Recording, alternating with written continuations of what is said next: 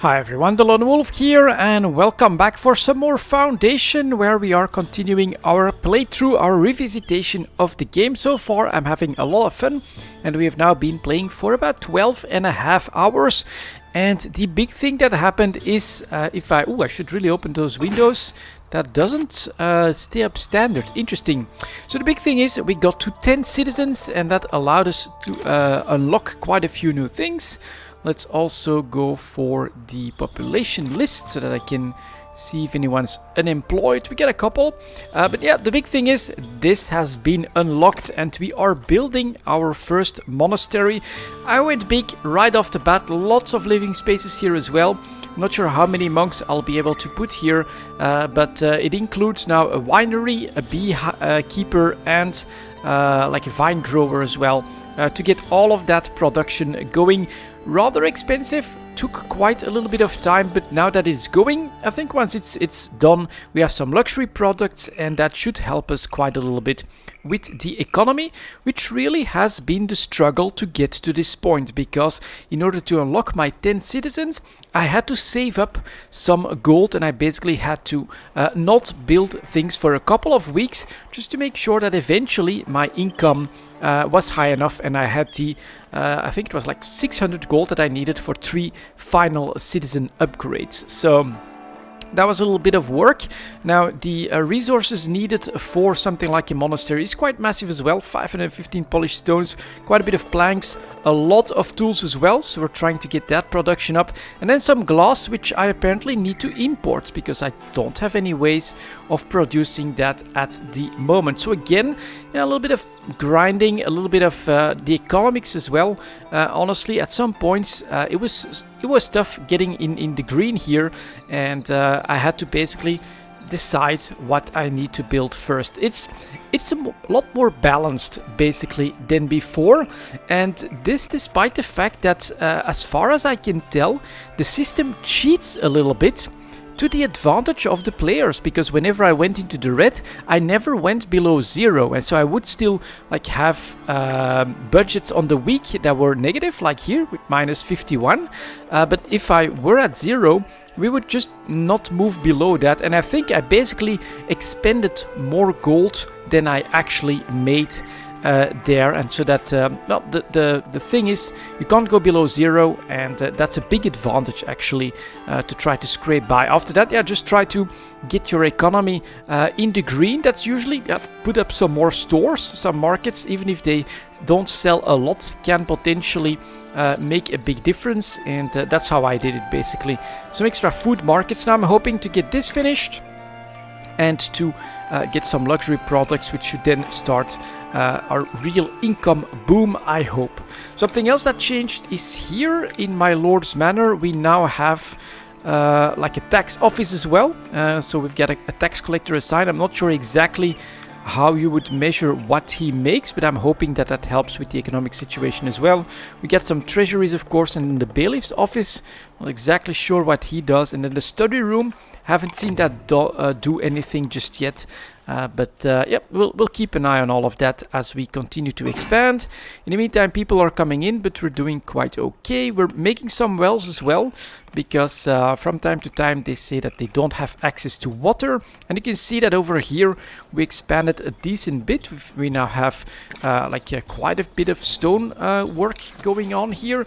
And I was starting to run out of cheese, so I decided to put 2 more dairy farms and a cheesemaker here, with a local seller as well, who hasn't sold anything up to this point. So kind of disappointed, but we can fix that, I think, if we start to, for instance, build some living space up there, which is like the long-term plan. For now, of course, I'm focusing on this middle strip here.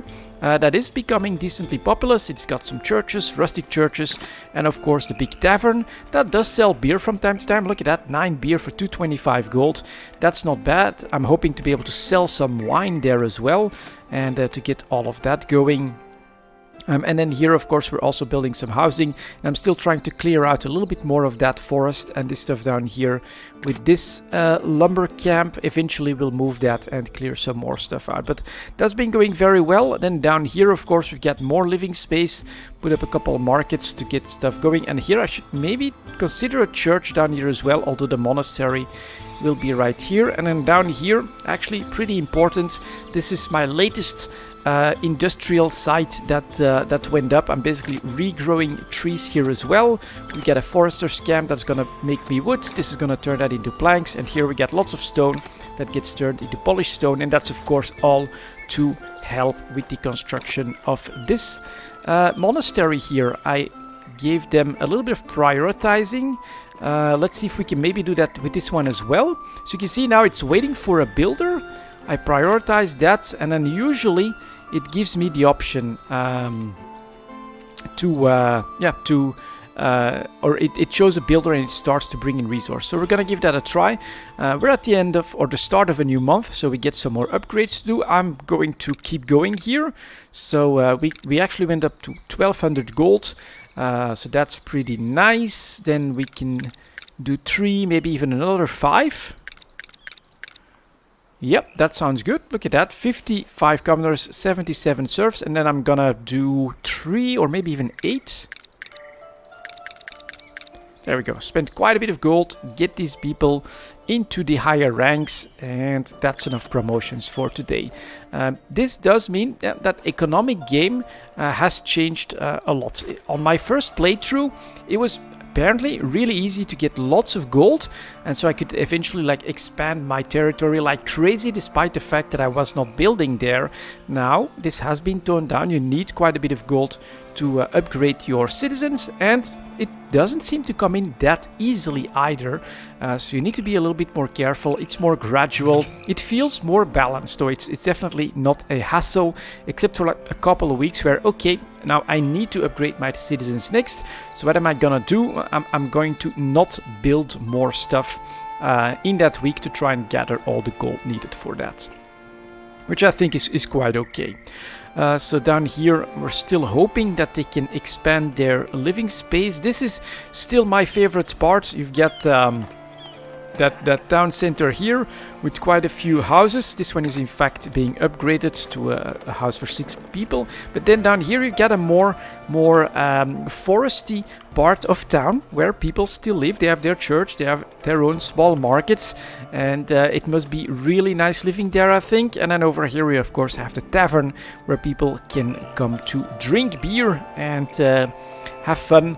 So that's pretty cool. Actually, now that this is finished, I think that looks pretty cool, right?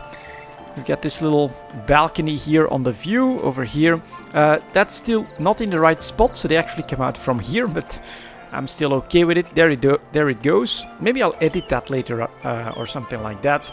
And I still haven't seen any horses here, and then the kitchen doesn't seem to be cooking anything, which it doesn't. If I go here to then parts for the kitchen, it also needs boar.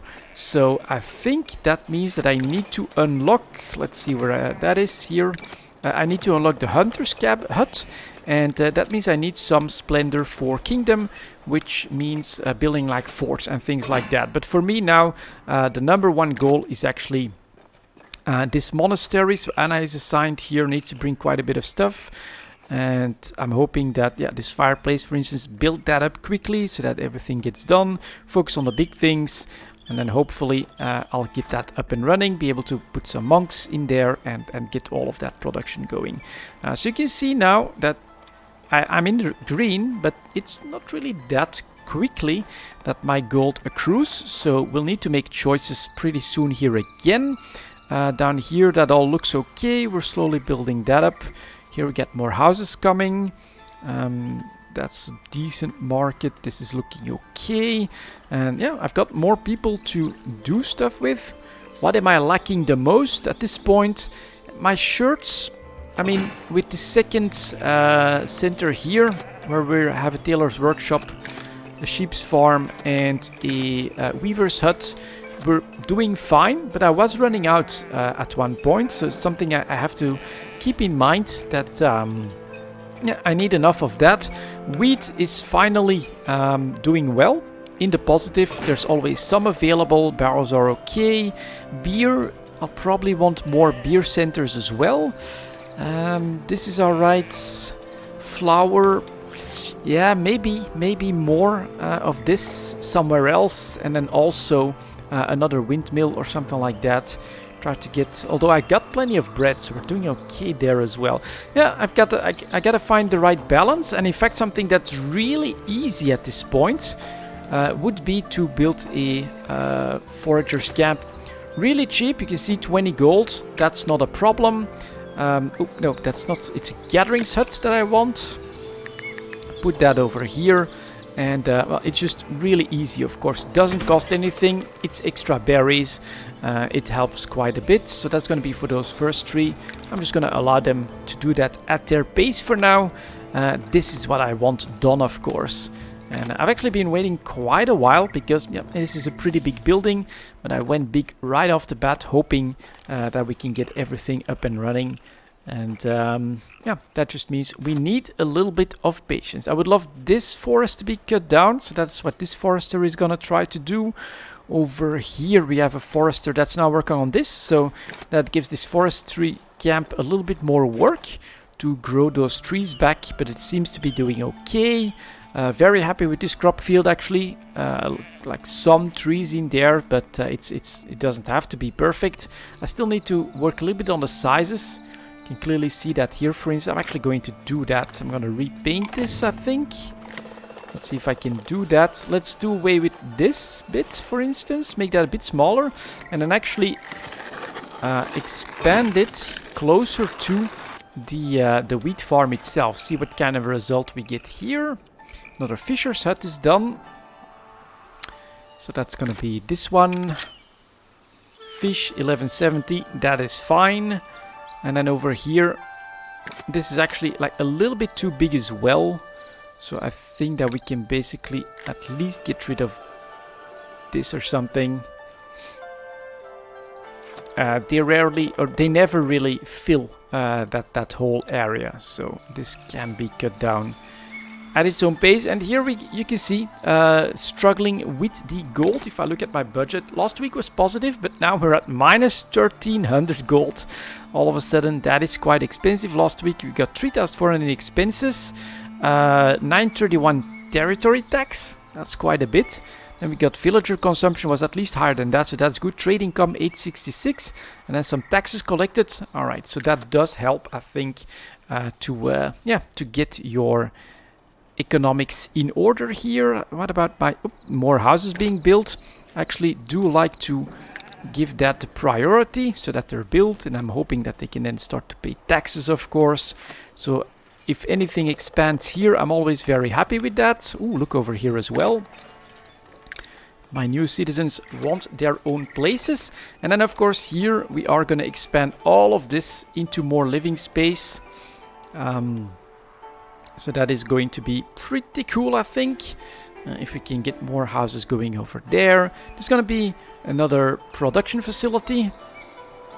I'm not sure if we should try with the iron stuff. We can definitely expand the number of mines and then maybe make some smelters and things like that. I'm actually also going to up your priority, get a builder there as soon as possible. And then I'll need to decide where do I want more food production, potentially clothes production and things like that as well. I think it makes sense to expand in that direction and then up here to start making more places for people to live. And there we go, we must have gotten a nice trade boost. I'm at 630 gold, 650, so we could buy a territory. But yeah, look at that, +9. My situation is not that good. So I'm very hesitant to expand when I don't need to. Because of course it's also a pretty big territory tax that I have to pay every week as well. And then sometimes I get these warnings. I'm stuck. And if I say where, that's quite often here. That's annoying, but I think we're all fine. Yep, everyone is moving, so eventually that will go away, I think. There it is. So whoever had the problem found their way back. Get that from time to time, but I don't see it as a big problem. And we get another house to prioritize. I love to see that. And I love to see that, well, these trees are mostly staying upright. So that is... yeah, prime real estate in my opinion. Very nice center part here of my town that is continuously developing and becoming a cooler place to live. And then we get another one. Yeah, this is nice. What about the unemployed people? Okay. But here, down here, you can clearly see we can do more stone cutters as well. So we get some cheap ways to give all these people jobs, and that will be positive in the long run. So that's very nice. And in the meantime here, let's see what we still need. A decent amount of stone. We have almost enough ready. Quite a few of these planks, which is why I went with this production here. What are we at? Planks, where are they? 98, so we'll get there. And then of course the tools, that is still something to work on. And with this kind of economy, what I could do is trade for it. So tools are at, let's see here, where are they? My tools sell above 100. Let's buy until we get 100 of them. I'm definitely willing to spend some gold to speed up my tools count, so that we can get this up and running very quickly, or as quickly as possible. And yeah, there you go. That's gonna be the update for this video. When it comes to foundation, I'm still having a lot of fun. It's a real city builder. You're managing a city that you're constructing yourself, deciding what they need, where to build it. Very sandboxy. I really love it. And I look forward to getting the monastery going, getting all of that kingdom stuff like forts and soldiers and stuff like that going as well. And then keeping you guys up to date, of course. For now, thank you very much for watching. And as always, I'll see you next time.